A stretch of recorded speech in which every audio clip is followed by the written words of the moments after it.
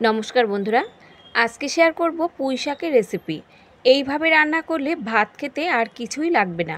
তো চলুন দেখে নেওয়া যাক আজকের এই দারুণ টেস্টি পুঁই শাকের রেসিপি। তো আজকের এই পুঁই শাকের রেসিপি তৈরি করার জন্য আমি এখানে 750 গ্রাম পুঁই শাক নিয়েছি।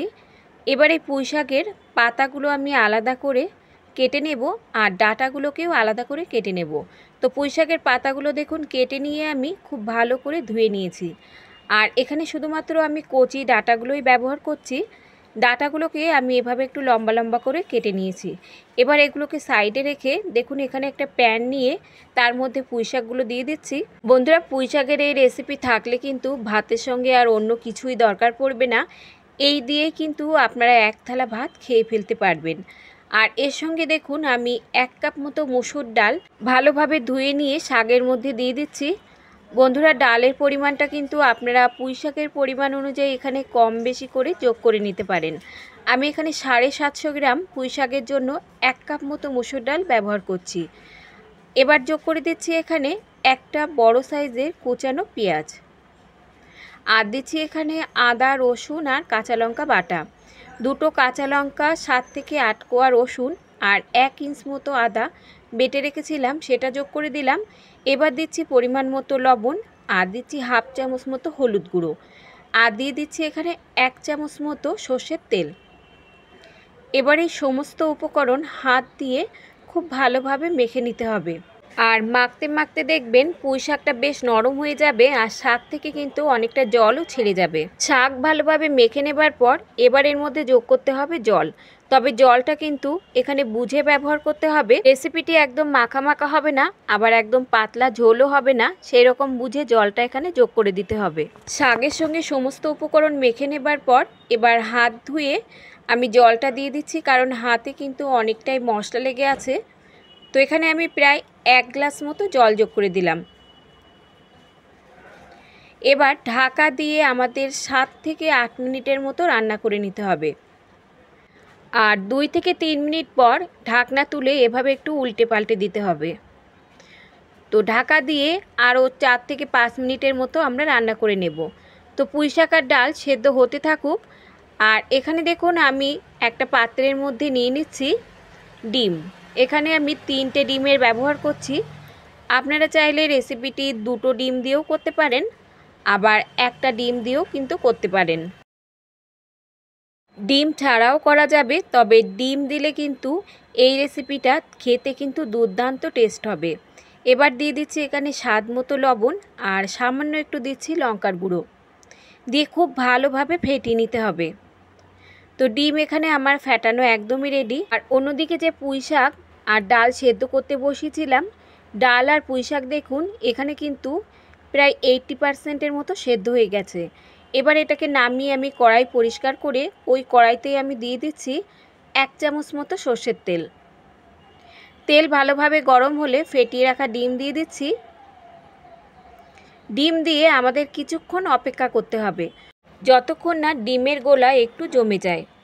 আমি এখানে পুরো গোলাটা দিয়েই কিন্তু অমলেট তৈরি করে নিচ্ছি, তবে আপনারা দুবারে দিয়ে কিন্তু অমলেট তৈরি করে নিতে পারেন। এবার অমলেটের মাঝ বরাবর এভাবে কেটে নিয়ে তারপর ছোট ছোট করে কেটে নিতে হবে। আপনারা চাইলে কিন্তু ডিম ভুজিয়াও করে নিতে পারেন, আবার এভাবে ছোট ছোট টুকরো করেও কেটে নিতে পারেন।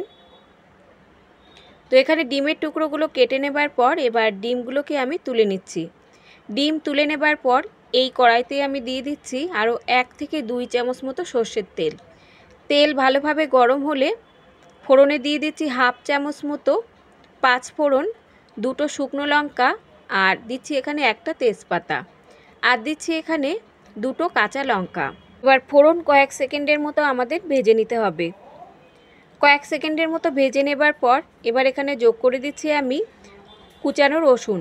এখানে আমি পুরো একটা রসুন ছোট ছোট টুকরো করে কেটে রেখেছিলাম সেটা দিয়ে দিলাম, আর দিচ্ছি একটা বড় সাইজের কুচানো পেঁয়াজ।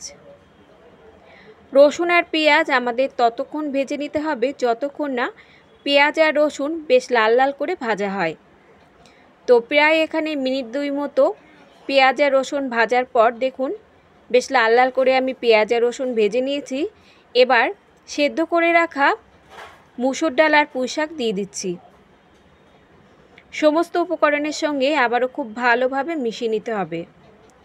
মিশিয়ে নেবার পর ঝোল ফুটে উঠলে দিয়ে দিচ্ছি এখানে হাফ চামচ মতো চিনি।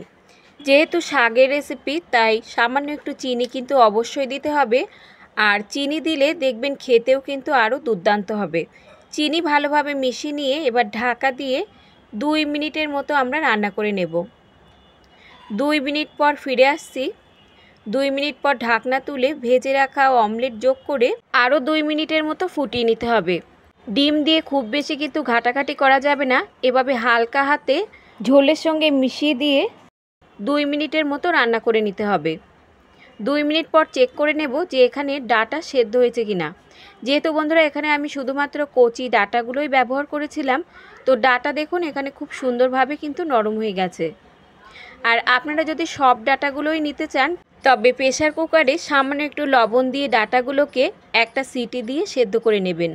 শেষে যোগ করে দিচ্ছি সামান্য একটু গরম মশলার গুঁড়ো। গরম মশলার গুঁড়ো ভালোভাবে মিশিয়ে নিয়ে ফ্লেম অফ করে এবার কিছুক্ষণ ঢাকা দিয়ে আমরা রেখে দেব, তারপর সার্ভ করে নেব। যারা পুঁইশাক খেতে ভালোবাসে না তারাও কিন্তু এভাবে রান্না করলে চেয়ে চেয়ে খাবে। 5 মিনিট পর ঢাকনা তুলে নিচ্ছি, আর দেখতে দেখুন কতটা লোভনীয় লাগছে, খেতেও হবে দুর্দান্ত স্বাদের। তো বন্ধুরা আজকের রেসিপি যদি আপনাদের ভালো লাগে তো লাইক শেয়ার কমেন্টের সাথে সাথে চ্যানেলটাকে সাবস্ক্রাইব করে রাখার অনুরোধ রইল। আজ তাহলে এই পর্যন্ত বন্ধুরা, দেখা হবে অন্য কোনো রেসিপির সঙ্গে। ততক্ষণ সুস্থ থাকবেন, ভালো থাকবেন, আর সম্পূর্ণ রেসিপিটি দেখার জন্য সকলকে ধন্যবাদ।